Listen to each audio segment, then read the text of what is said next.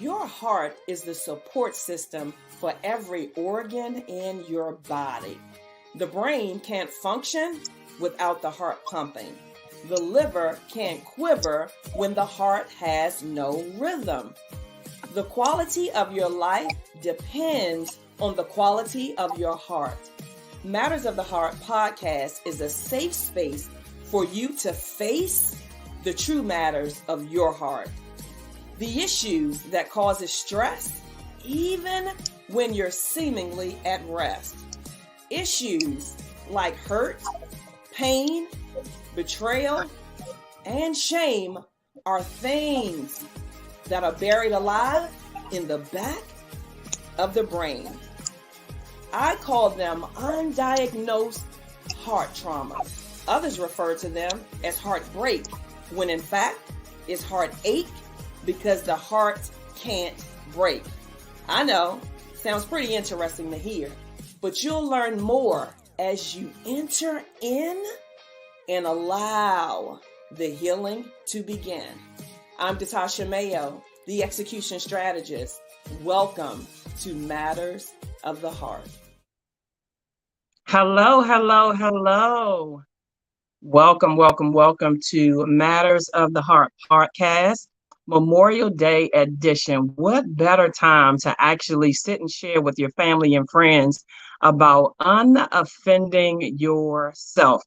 And so it tells me that my mic is muted, but my mic says that it's on. And so I want you guys to let me know in the chat if you can hear me. I don't want to share all this goodness and you can't hear me. So while you do that, if you can let me know who you are and where you're tuning in from, that would be greatly appreciated. So let me know who you are. And yes, I can indeed hear you. Thank you, Lisette.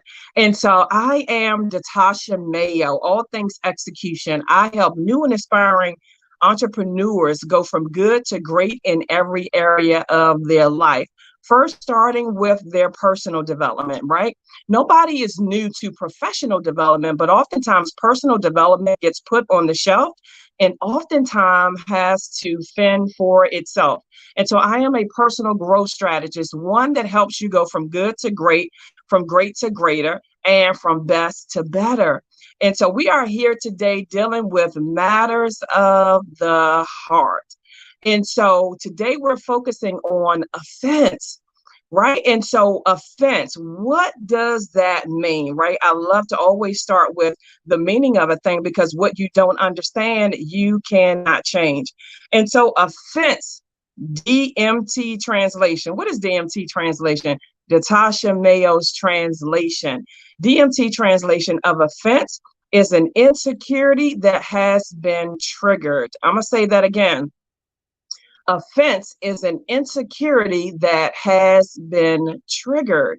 And so when I say that it has been triggered, offense has absolutely nothing to do with the offender, but the trigger that has been that has now notified you, right? Because oftentimes it's never what somebody says, right? You all have heard this. It's never what you say, but how you say it that someone becomes offended by. Well, the truth is the truth. No matter what way you say it, it's true. But oftentimes because we have had trauma behind that truth and or something that has been exposed to us, then we become offended by it. And so it's never the offense that's offended. It's never the offender that's offending. It's the offense that has been triggered. And so now that we know what offense is, I don't want to offend you again. So hang out with me for a second so that I can break this unoffend yourself down. Offense is a conscious decision. You have to choose to be offended. Offense is not something that sticks you up and say, hey, be offended. Offense is a conscious decision that you choose to be offended. And so you are offended because you want to be.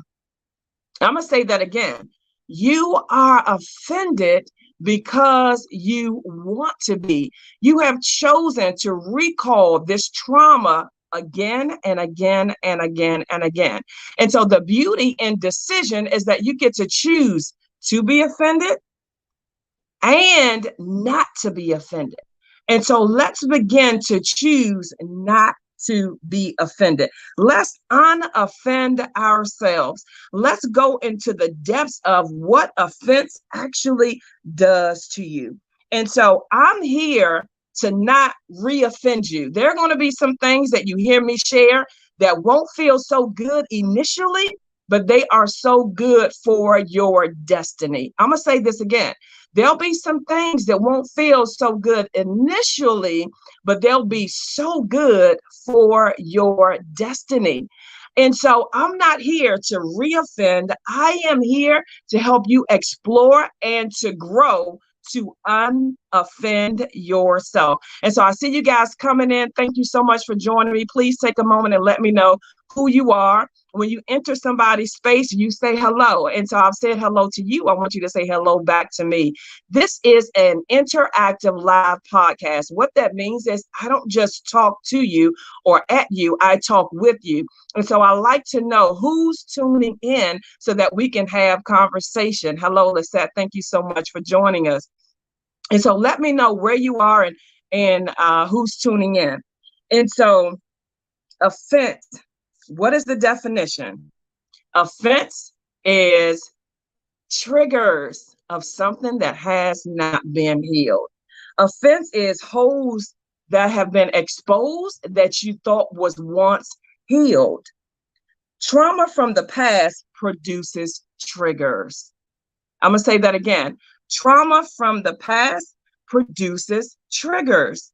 And so what happens when you are triggered, you become offended. You become defensive. You feel like you got to protect yourself because there is no one else. And so what you have to do is begin to sit with that trigger to say, what is that? Why is it that I'm uncomfortable? Why is it that this person has been able to irritate me to this mass, to this level, if you will? And once you sit with that, you'll be able to see that it has absolutely nothing to do with the person, the offender, but rather the trauma that has been triggered. I'm going to say that again. Offense has absolutely nothing to do with the offender. They have simply just triggered trauma that has not been healed. And so unoffend yourself by sitting with it, identifying the emotion that comes with it, and beginning to see where that emotion is unsettled, where it's coming from. I like to call offense the wannabe, right? You don't ever want to be anything. You don't ever want to be a wannabe in essence. And so with offense, you want to be offended. And so you stay in offense because you want to be. You stay in offense because you want to be. And so stop being a wannabe. Choose to be unoffended in every area of your life. Offense can only offend you in things that are true or once was true that has not been addressed. I'm going to say that again. Offense can only trigger you in areas that once was true and or are true. You can't be offended by something that isn't true, right? So for me, you can't offend my confidence. You can't offend the call of God that's on my life. You can't offend the relationship that I have with God, but you can offend abandonment with me. You see, I wanted this relationship with my father. Hello, Marlene. Thanks so much for joining. I wanted this relationship with my father. And so I looked for him to come consistently. And oftentimes he did not show up. And so every time he didn't show up, I began to feel abandoned. I began to feel like he didn't want to come. And so one day, 8 years old, God took me back to it. Hey, Regina, thanks so much for joining. One day God took, hey, Chris, one day God took me back and he showed me that I had made a covenant with abandonment. I'm going to say that again. God showed me that I had made a covenant with abandonment, and then that followed me throughout my life into my adulthood with men. So what happens when the opportunity or opposition, if you will, shows up and I feel like I'm getting ready to be abandoned, or I feel like I'm not important enough for you to show up? It's triggered. So remember, the offense is never the offender, but rather the trauma that has been triggered. And so what areas have you been triggered in? Yes, Marlene, right? When God showed me that, I was like, wow, just like you too. And so what areas are you triggered in? Right? Because those are the areas that you must strengthen. The areas that you are triggered in are the areas that you must strengthen. Again, strength can never be offended. Strength can never be triggered because it is what it is. And so what area are you irritated in? What area are you frustrated in? Because that's how you begin to identify the triggers, the areas, the holes that are in your life. They are exposed once it's triggered by an offender. And so once we can identify what that trigger is, we can begin to strengthen it by doing the work that's necessary. So you guys know I'm very interactive. I want to hear, what are some of your triggers? I'm not here to talk at you. I'm here to talk with you to get you on the other side. You see, when God revealed for me that abandonment was a trigger, that I was always the one that will leave relationships with men, resulted back to my relationship with my father, I began to work on that, right? Then it also began to filter over into other areas with relationships that I gave people a completely different access. I call them my holies of holies, right? You guys should have different access to you by your relationships. Everybody should not have the same access to you. And so while I began to work on abandonment, right, I was the one and done queen. I was the cut you off. I was the one, you got one time to do something to me and it's a wrap, right? And so I wore that as a badge of honor. But what that was holes that were being exposed that needed to be healed. And so when I began to heal those holes, cutting people off from the first offense no longer was an option. Let's hang out. Let's park right there for a second. Are there any one and done people on the chat live with us? Are there any, anyone here that cut people off quick? Is there anyone here that feels like they always have to justify? Because here's the thing about offense. Offense always needs a committee. Offense always will call a friend. Offense will always justify its reasoning. It will reason with itself to make it make sense. And so offense shouldn't be justified. It should be addressed. Offense should be set with. Offense should be identified. And so Marlene says that her trigger is appreciation. And so Marlene, when you feel like you're not appreciated, what happens with you? You're offended when you feel like you're not appreciated, right? And so I'm assuming, so if that's correct, let me know I'm correct. And so when you don't feel appreciated, you automatically come into defense and like, oh, I'm not doing nothing else for them, right? Don't ask me for X, Y, Z, right? But the reality of it is that it has absolutely nothing with the person that wasn't necessarily, okay, great, that wasn't necessarily unappreciative, but it was the trauma that has followed you into your adulthood of not feeling appreciated. And so you have to begin, you have to begin to sit with that and work on that area of not being appreciated by first appreciating yourself. Oftentimes we receive what we give out. You know, the rule of we attract who we are. And so if there's an area where you may not know that you're not appreciative in, then you'll attract that kind of stuff back. I remember years ago, my brother, we were having an intense fellowship. He told me, he said, "You are so ungrateful." And I said, "I'm not ungrateful. I didn't ask you to do it." And so thank God for clarity of vision and growth and maturity. But at that time, I really believed that I wasn't ungrateful. And so while for you, Marlene, it's not intentional for you to not be appreciative, you just don't realize that that particular thing or area needs to be appreciated. And so sitting with yourself, identifying that trigger and beginning to work on that trigger in and of itself will then release you to feel in that way when others present it to you. And so Marlene says, exactly, I had to learn that I am enough.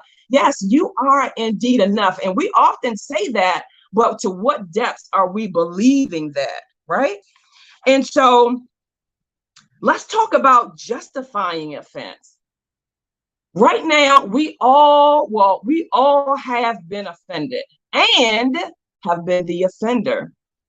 Let me start with the offender, because we are so quickly to give ourselves grace when we are the ones that offend, but then we cast others away that offend us. And so let's deal with the offender. We all have been offenders at one point in time in our life. And so how did we process that offense? Were we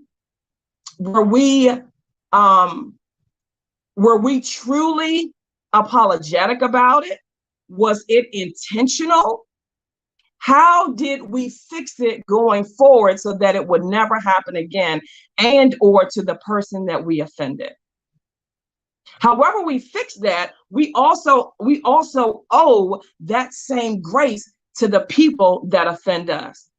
But more importantly, we have to decide, because I told you guys in the beginning that offense is a conscious decision. And so we have to decide that we choose not to be offended. I love that, Marlene. Marlene said that when she has offended someone, that she acknowledge it and apologize. One thing I would add to that, Marlene, is to own it, right? It's so important that we acknowledge it.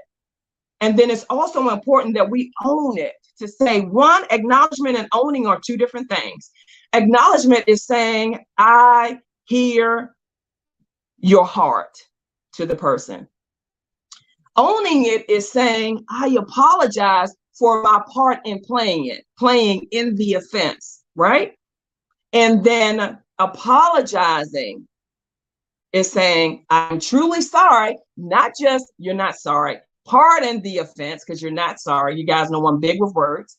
And so pardon that behavior, and it will never happen again. A true apology is change behavior. You can say what you want to say, but if your behavior is the same, absolutely nothing has changed. Nothing.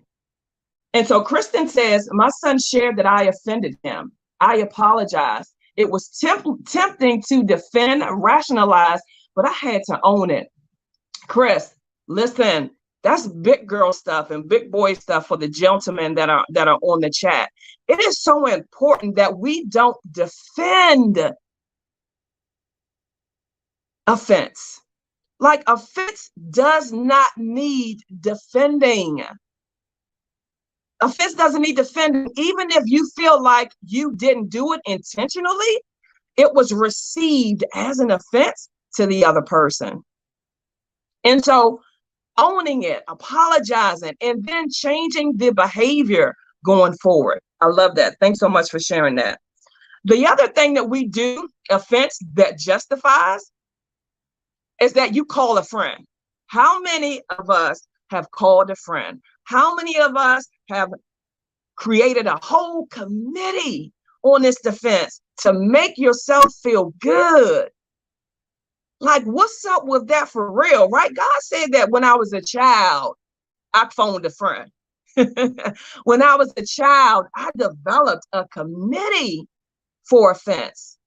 But when I became a man, I sat with the offense. I acknowledged it. I owned it.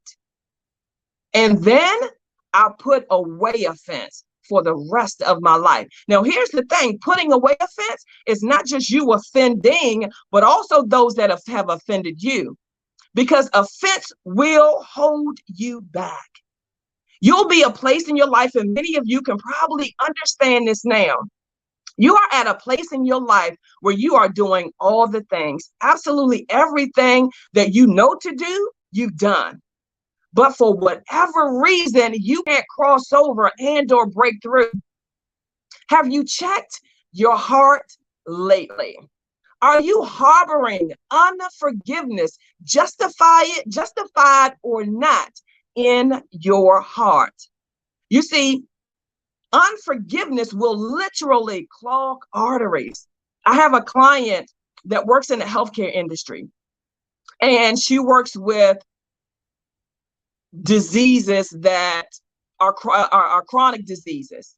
And she said that when clients come in, they are so, for the most part, distraught and sad and crying. And she said that she sits and she listens with them. And then she said she asks them, who have you not forgiven?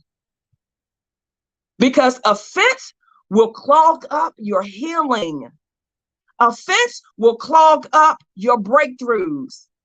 Offense will clog up clarity of vision. Is your life and the quality thereof worth holding on to offense? Unoffend yourself. You have a choice in the matter. You wake up offended. You go to bed offended. And then you have this committee of offenders to come along with you. And guess what?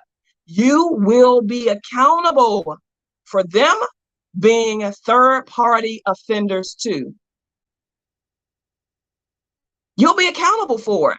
And so do you want the blood of other people that you've called into your committee to have to give an account for your offense that holds up their life, their breakthrough, their business, their family, their healing, for an offense that has absolutely nothing to do with them? Unoffend yourself. Unoffend yourself. Like, cut the handcuffs off. Literally. How long will you sit, wallow, waste away in offense? Like, literally, it's a wasting away. That's where the work hard and the grind and the hustle comes from. Because you like, I'm doing all the things, but nothing is working. So let me work harder. I'm not doing good enough. It's because you're offended. Unoffend yourself.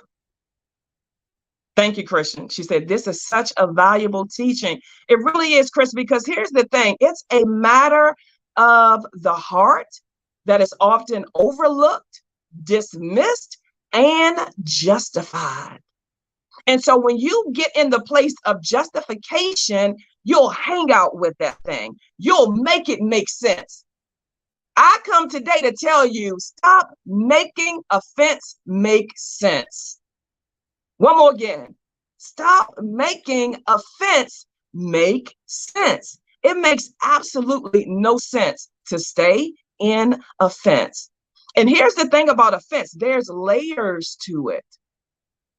There's layers to it. And I know that religion has taught us to forgive and forget. There's a misnomer there. And so a lot of people think that they can't forgive because they can't forget. But there's layers to offense. Offense does not start out offense. Offense starts out as usually something you don't agree with. And because you didn't arrest the offense, you sat in it, you called a friend, the friend coddled you instead of correcting you, that part. Stop hanging out with friends that coddle you. And so because there was no correction, it then turned into offense. Stop it. Stop it. It's not your portion. Marlene says, I tend to internalize and not share. Isolation is the worst thing you can do. After you sit with the emotion, because here's the thing, you will be offended. And God honors, or he allows, the offense. In fact, he said, be angry, but sin not. So in other words, be offended, but don't phone a friend before you sit with it. Because some of you guys definitely need to release it, but release it in a space that's safe. What do I mean by that? You want to release it to someone that is not going to coddle you. You want to release it to someone that's a voice of reason, that's going to tell you the truth, that's going to see both sides of it and give you quality instruction. And so there are times where it's permitted to share, but only after you've sat with it and then you seek wise counsel about it. If the friend that you're phoning is in agreement with how you feel and not helping you get to the other side of it, they care absolutely nothing about your mental health. Let me slow down for a second. If the friend that you are phoning agrees with the offense, they care nothing about your mental health. Why? Because the offense is not going to help you get better. So agreeing with what I'm offended by, it's not going to help me. It's only going to haunt me. You're going to go to bed with it. You're going to wake up with it. You're going to recall it over and over and over again. So they care absolutely nothing about your mental health when they agree with you. And so Marlene says, yes, I miss my mom in times like these. She was my silent voice of reason. And so here's the thing, Marlene, God says that he's given us everything that pertains to life and godliness. Thank God for mom and even her wisdom, because oftentimes her wisdom, even now, will help you because you'll recall some of the conversations and the teachings and things of such that has helped you grow in life. At the same time, he's already raised somebody up somewhere, somehow, to use their power, their ability, and their influence on your behalf. You just have to trust his leading. But oftentimes, people sit in silence, or they phone a friend that reason with them that they never even invite and allow God in to show them their strengthener, to show them their voice of reason in this situation. And so we have to stop isolating ourselves and inviting God in to help us strengthen this insecurity, to help us strengthen this area that has been weakened and we didn't realize until we were triggered. And so we have to be mindful that, one, I choose not to be offended, right? Because again, offense is going to come. And when it comes, you have to make a choice. Okay, I don't like the way that feels. This is DMT, the Tasha Mayo translation. I don't like the way that feel, God. Help me. Expose what's going on in me, not even the person. What's going on in me that it even mattered? That part. What's going on in me that it even mattered? And then begin to address it accordingly. Marlene says, I phone God for release and insight now. Amen. And don't believe in phoning a friend. I love that you phone God for release, Marlene. Like, that should always be the first response. Like, God should always be your first responder. At the same time, God has given us people to help us in life, right? And so I would recommend that you ask God, who is your holies of holies? Who's your safe space? And the thing is, Marlene, you won't even always need them, because you will begin to course correct yourself. You'll begin to soul check yourself. But what you don't want to do is to isolate yourself and lean to your own understanding until you strengthen it. Got it? So guys, I always want to know how I can help you. Let me know what area that you may be challenged in, that you're like, you know what, I'm offended, and I've been offended for quite some time about this. I've, spoke with a lot of people, and, they say, well, everybody don't want to be so open on social media. And here's the thing, I get it, but you've been hiding long enough. And so what has that gotten you? And so here's an opportunity to free yourself. Here's an opportunity to unoffend yourself. Take it by force. Like literally, let's call a thing and deal with it so that we can heal and go on about kingdom business. You guys know that you have been constipated that God has called you to do because you are holding unforgiveness, offense in your heart. And so when you hold unforgiveness and offense in your heart, it's a block. It's a block. And so it shows up in many ways. One way that people don't talk about is road rage. How many of y'all got road rage out there? It's road rage. I used to be one. And it wasn't until my father actually made me sit with my emotions. He didn't say sit with your emotions, but what he said was, why do you stress yourself out? And what I further learned and got more revelation is not only do you stress yourself out, but also the people that are in the car with you and or around you. And so road rage is a exposure of impatience. It's an exposure of laziness. It's an exposure of inconsideration for others. I know you never thought about that. And so when you rage, if you are a road rager, if you're one that's always yelling and screaming and blowing your horn, you are either lazy, inconsiderate, or impatient. Lazy, inconsiderate, or impatient. Call a thing a thing.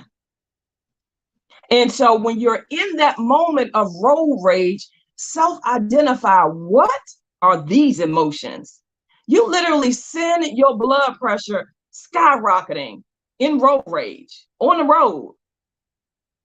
And so identify those. For me, it was inconsiderate. I waited to the last minute to leave, and then I wanted everybody around me to move. That's inconsiderate. The other thing was a lack of patience. I didn't have any patience because my time management was ridiculous. And so when I began to sit with it, I began to say, oh, you need to work on your patience. You need to work on your consideration. Again, not just for you, but others that are around you too. Because you got people in the car that are suffering with your road rage, causing their anxiety to go up, especially these days, because you don't know what people are thinking. You don't know what people are going through. But in that moment, you can't even reason with yourself to say, let me be patient. I should have left earlier, and give yourself grace, because it's not the other people. Again, it's not the offender. It's the offense that has been triggered. Call a thing a thing. Marlene said, that's my daughter. I'll definitely share this with her. Yes, please. Please share this, guys, because you never know who needs what. And because it's not something that's at the forefront, they will think that their justified offense is okay until you're exposed to different.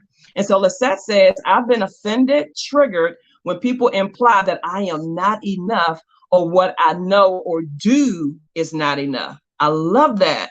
Who gets worked up when you feel like somebody is undermining your brilliance? Like, It's easy to get worked up and triggered and irritated.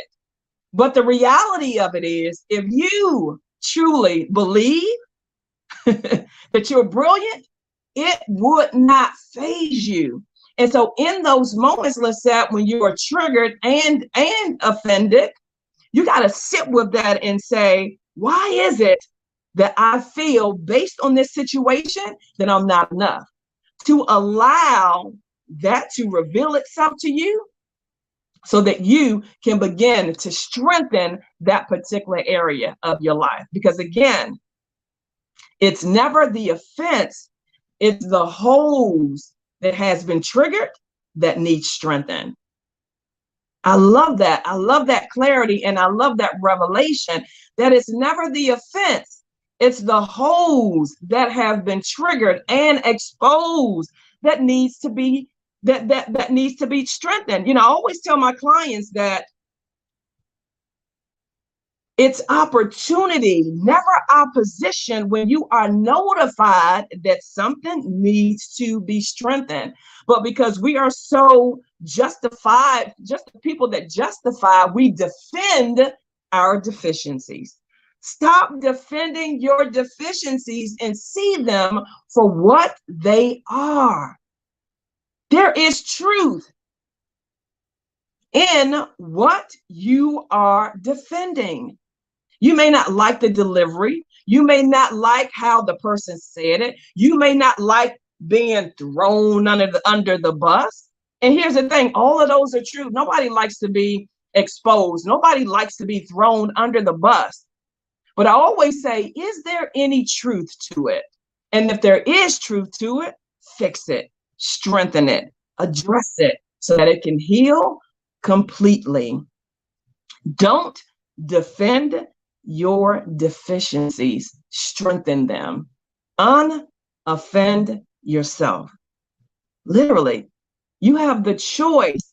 You have the power to unoffend yourself. You had the power to accept the offense. And so likewise, you have the power to reject the offense. A soft answer always turns away wrath. And so even if the person's intentions was to offend, you not receiving it will shift them. Even if the person's intentions was to offend, your response will shift them, literally. And so talk back to me, guys. Any aha moments, anything has come up for you, you're like, you know what? I never thought about it that way. And Marlene just shared with us hers for her daughter, and she will share it with her. But is there anything within yourself that you realize, you know what? About it like that I will choose to unoffend myself today. I will take the necessary steps to unoffend myself. I'll take the necessary steps not to take on offense. I'll take the necessary steps to see it as opportunity and not opposition. Talk back to me, guys. I want to hear from you. Where are you? Where are you in this process of progress? Life is evolution. We should always be evolving with life and not being left behind life. And offense is one of the number one ways to be left behind, literally.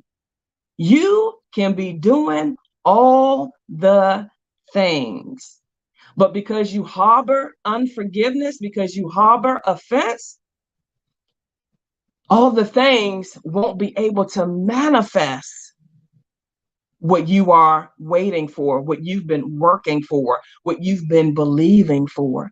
So unoffend yourself. Now, here's the thing. You unoffending yourself does not release the offender, right?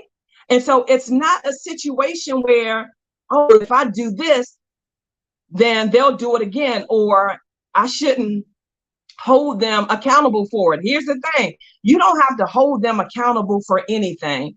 If the intention and or not was to offend, your answer will shift them. Your response will shift them. I think a quality conversation is necessary at the very least. If you're holding on to offense and you've never spoken to the person that has offended you, you owe them a conversation.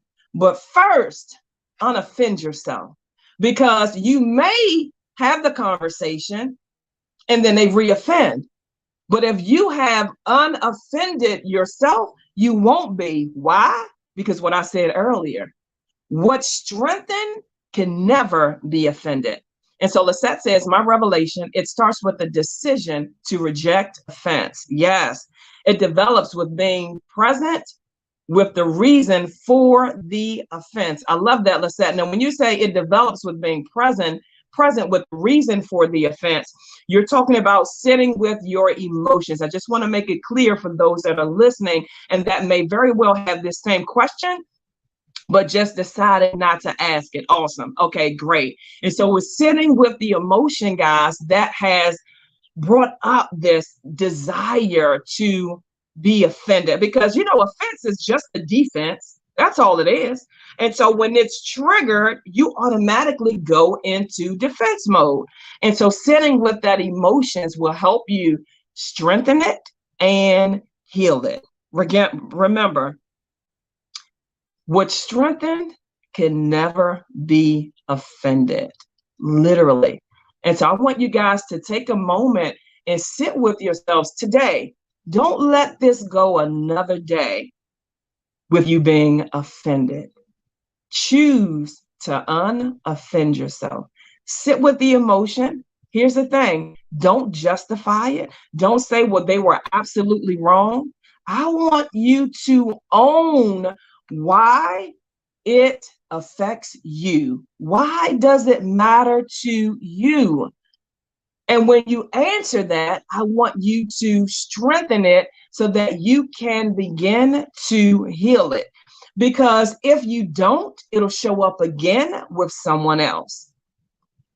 And so the beauty in identification and owning it is that it helps you set the rules of engagement. It helps you clarify the areas that need your attention.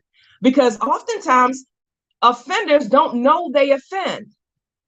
And so you're able to identify it when you acknowledge the emotion. And so Marlene says, I've learned to not internalize offense. I love that, Marlene. So if you can share with us, what do you do when you don't internalize offense? What's the next thing that happens? Because you realize that it is offense, and then you make a choice not to internalize it. But what do you do next, right? That's the first step, to say, oh, I'm offended by that, right? And that's okay. I don't want you guys to walk away and feel like you should not be offended. Offense is notification that there are deficiencies that need to be strengthened. I want you guys to be very clear on that. Offense simply notifies you that there are deficiencies that needs to be strengthened, like I said with me and abandonment. It's a deficiency that needs to be strengthened. And guess what? It's layers to this. It's layers. So you'll deal with the surface of, like in my case, I'll talk about me, right? You'll deal with the surface of it, what you initially identify as, okay, when I'm in relationships with men, then I'm the first one to exit because I don't want to be abandoned. And here's the thing. Folks that are abandoned, they become serial abandoners. Literally, God gave me that revelation. He said, you've become a serial abandoner. Anytime you feel like something needs to shift, you jump ship first. You jump ship first. And so in that, that's the first layer, right? Then the next layer, you work on that, you fix that to the best of your ability, right? And when I say to the best of your ability, sometimes you don't know you still need to work on it until another opportunity shows up and you say, oh, I got to fix that. Right. And so, but in that time, when it shows up the second time, you're able to not be offended, not hold on to the offense, but recognize it as, I got to work on it. That's the first layer. The next layer is, again, I'm talking about abandonment. The next layer is you'll see it pop up in different relationships, not just in my case with men, but also in my relationships that I've given people close access to me. For me, I call those the holies of holies. And so when there is a situation that arises that I feel like they have not kept their word, your word is a huge thing to me. Or your word is your bond with me. Like integrity is major with me. And that's okay. It should be, but it's a problem when it triggers you. When you feel like you got to defend yourself, then it's a problem.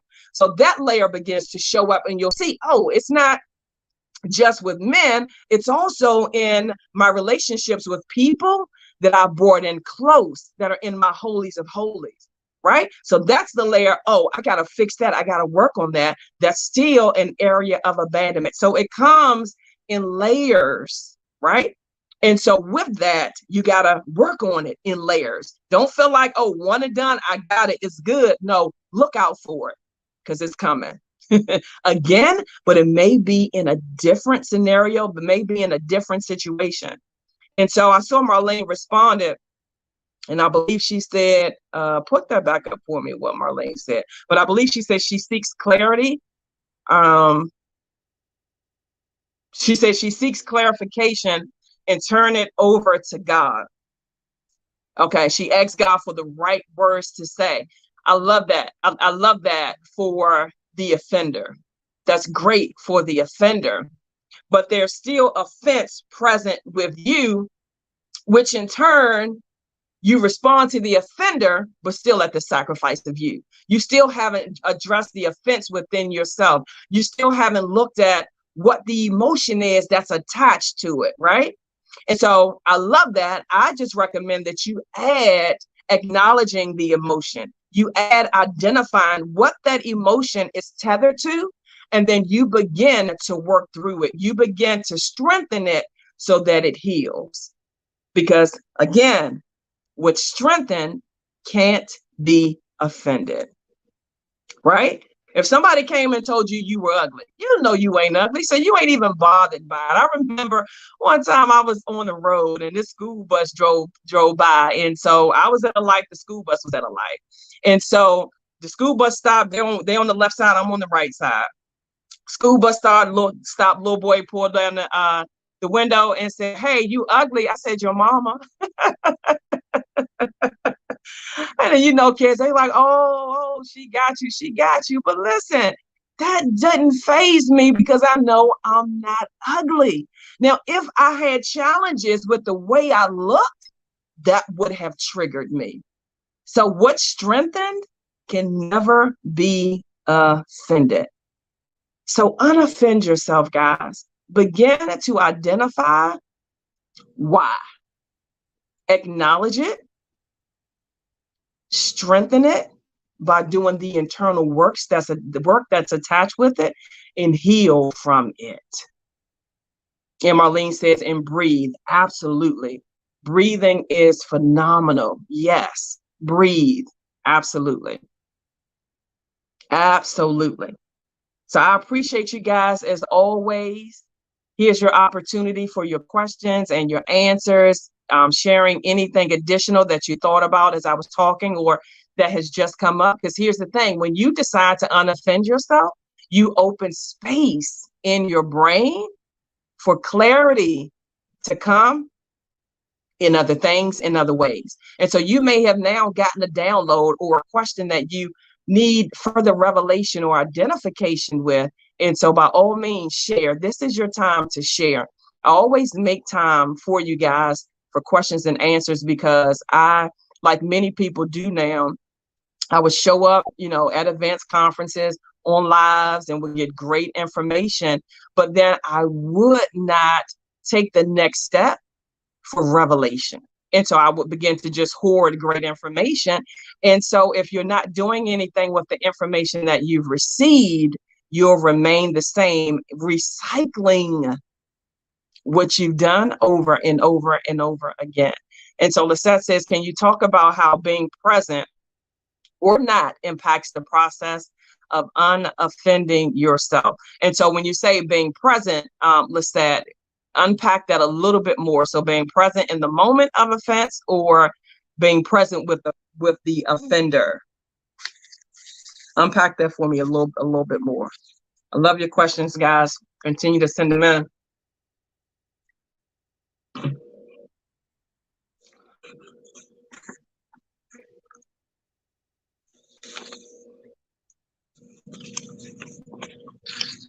Being present with yourself. Okay, yes. So being present with yourself is so necessary, because what happens is in the being present, it helps you first of all feel the emotions. Oftentimes when you're offended, you automatically defend it. So you don't even allow yourself to feel the emotion. And so if you take a step back, and I love what Marlene said, is to breathe, like inhale and then exhale the emotion, right? And sit with it, be present with it. Identify, when I say identify, like that hurts my gut, that hurts in my soul, or that made me feel like, right? Because oftentimes with offense, because it's trauma of the past, it'll take you back to that situation. And so if you're present in that moment, it'll help you identify the root, like where it all started, where it came from. And then that's how you're able to heal. I remember when God told me that I had, I made a covenant with, if he come, he come, if he doesn't, talking about my dad. And because I was able to identify that trauma, then I was able to strengthen it and then heal from it. So it's very important that you are present in the emotion, like in real time, literally. And then that takes time too, to give yourself grace with that. And not being present is detrimental to it, because you will automatically defend what's deficient. And when you defend what's deficient, you only strengthen the deficiency. I'm going to say that again. When you defend what's deficient, you only strengthen the deficiency. You'll lean to your own understanding as this is me, take it or leave it. When you have that mindset, you will find more and more and more people leaving it and not taking it. And so make sure that you're present in the emotion, in the moment of offense, asking yourself, why am I bothered by that? Why is it that every time, because oftentimes offense gives you multiple opportunities to be offended. Why am I always irritated or frustrated with this person? What is it about their voice? Like, it can be the simplest thing that will rub you the wrong way. And so sit with that emotion. Don't allow it to fester into offense. So I love that question, Lisette. And then she goes on to say, what are some of your tips? What are some of your tips for taking action on what you hear? Execute, execute, execute. You guys know I am the execution strategist. When it is literally detrimental that you execute the moment you hear breakthrough. It is detrimental that you execute the moment that you hear breakthrough. Why? Because you'll talk yourself out of it. Why? Because you'll justify what you were focused on before. Why? Sometimes you'll forget. And so one of my tips is, when I hear, I move, I execute immediately. I call it obey on demand. OOD, obey on demand.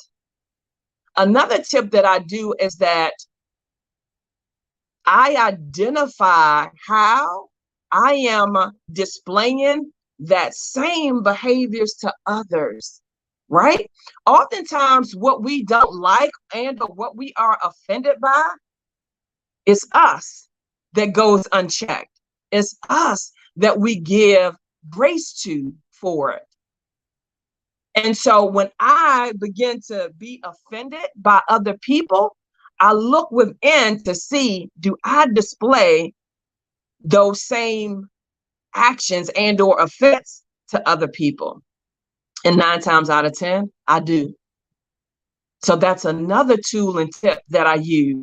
That's how you get ahead of offense and being offended, right? And so we talked a lot about unoffending yourself, but I also, will leave you with another tip of stop offending.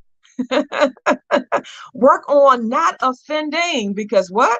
We reap what we sow, intentional or not. I always tell people that manslaughter simply means the person did not have the intention to murder, but the devastation has been done. And so whether you intend to offend somebody or not, the devastation has already been done. And so work on not offending people. Marlene says, boom. Yeah, work on not offending people, right? And so for me, I know who God has called me to be. I am very disruptive. I am very matter of fact. I am very in your face, right? And that can sometimes be perceived or received rather as offense. I overstand it. And so I would do myself and others a disservice to say, one, oh, well, you need to be offended, or, oh, well, you need to be disrupted. While you certainly need to be disrupted, there's a way to do that, because it's never my intention to offend. But if you are offended, it is my intention to dwell according to knowledge with you. There's some people that they want it direct and straight and in their face. There are other people that are sensitive and they want you to smooth them in. There are other people that don't mind the directness, but the way and the tone that you say it matters. And so I am constantly working. I haven't mastered it yet, but I am constantly working on not offending. So you got to get ahead of it. Work on not being offended, and then also work on not offending. Like, it goes both ways. They all are conscious decisions. Unoffend yourself. Untether yourself to damnation. When you choose to stay in offense, you're welcome to set great questions. I appreciate that. And anybody else, you guys are open before I close out to share any questions, any clarity that you need, anything that you was like, that makes sense, but can you expound on that more? This is your opportunity to do that. And so you always want to be ahead. You don't ever want to be behind anything. Offense is one of the number one things that the enemy used to dismantle you. It really is. Because if he can get you offended, it'll get you off the word, and it will end what was designed to bless you. The enemy will make a situation appear to be something that is absolutely not. And so the very person that has been predestined, like it's written in your destiny to get you to the next dimension, you being offended will get in the way of it. And so you guys out there that are offended by your supervisor, check it, because they may have been pre-written in your destiny to get you to the next dimension, but you're offended. You can't receive from them. You block them out. You come in ready, defending who you think you are when they're trying to help you get to where you want to be and beyond. Check that offense. Unoffend yourself. Enter. Of that. It's the first time I've said that. Enter in unoffended. You know what? So enter in unoffended. I love you guys. I appreciate you. I honor you. I love that you're making a decision to go and grow in every area of your life. Take your personal development off the shelf. I know you have grown to great heights professionally. You've gotten all the certifications and you're degreed up. But what about your personal development? Have you left it on the shelf to fend for itself? What does other people think about you? You know, we can think all the great things about ourselves, but what does other people who really matter to you think about you? I actually charge you to go have a conversation with your holies of holies, those that you hold near and dear to your heart, and ask them, what do you think about me? Or one better yet, how can I improve? How can I be a better me for you? I actually just asked my son that. I said, how can I support you in this season of your life? You know, because you don't stop parenting, it just shifts. And so the same is so in your relationships, they shift. And so ask that question so that you're always ahead and never behind. Stay ahead, guys. Unoffend yourself. Why? Because you can. Go be amazing. Until next time, God's peace.